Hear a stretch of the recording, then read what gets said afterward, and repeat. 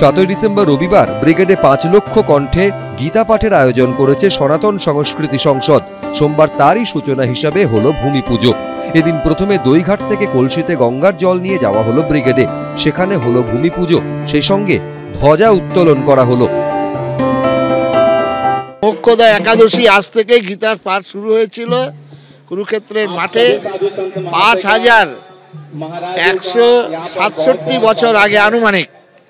সুতরাং এই তিথিটা সারা পৃথিবীতে যেখানে যেখানে সনাতনী হিন্দুরা আছেন এবং ভারতবর্ষের যেখানে যেখানে আমাদের মঠ মন্দির আশ্রম আছে, প্রত্যেক আশ্রমে মোক্ষদা একাদশী পালন প্লাস পঠন পাঠন উৎসব হয়।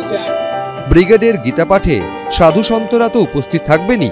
মুখ্যমন্ত্রী মমতা বন্দ্যোপাধ্যায় ও সব দলের সাংসদ বিধায়কদেরও আমন্ত্রণ জানানো হয়েছে। রাজনৈতিক দলের বিশেষভাবে কাউকে আমন্ত্রণ জানানো হয়নি।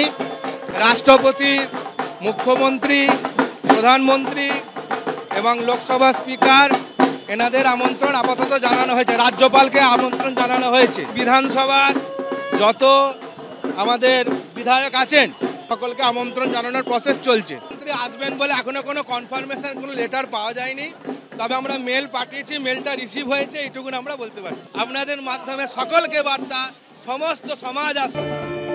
এদিনের অনুষ্ঠানে উপস্থিত ছিলেন বিজেপি নেতা শঙ্কুদেব পণ্ডা। জানিয়ে আবার কটাক্ষ করতে ছাড়েনি তৃণমূল।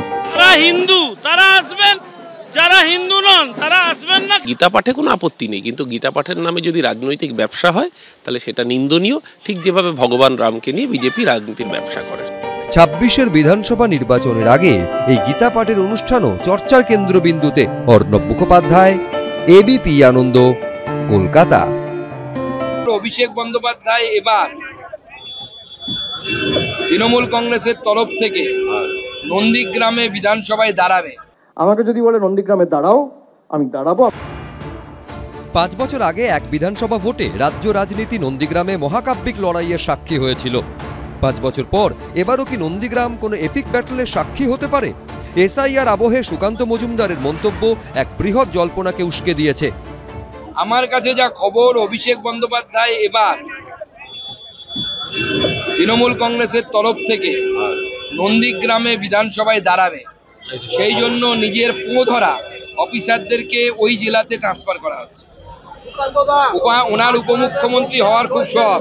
সেই উপমুখ্যমন্ত্রী হবার জন্য উনি নন্দীগ্রামে বিধানসভায় দাঁড়াবেন বলে আমার কাছে খবর আছে।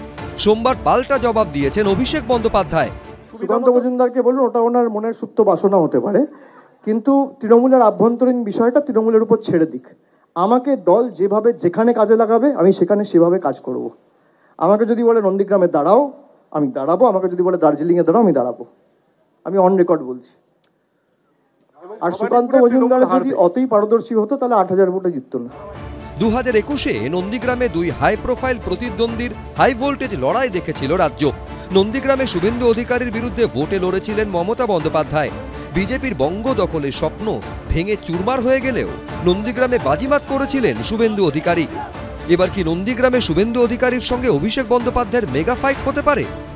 ওখানে বিজেপি জিত, যেখানে বিজেপি মমতা ব্যানার্জিকে হারিয়েছে সেখানে আর কোনো প্রার্থী তৃণমূলের স্টকে আছে বলে আমার মনে হয়।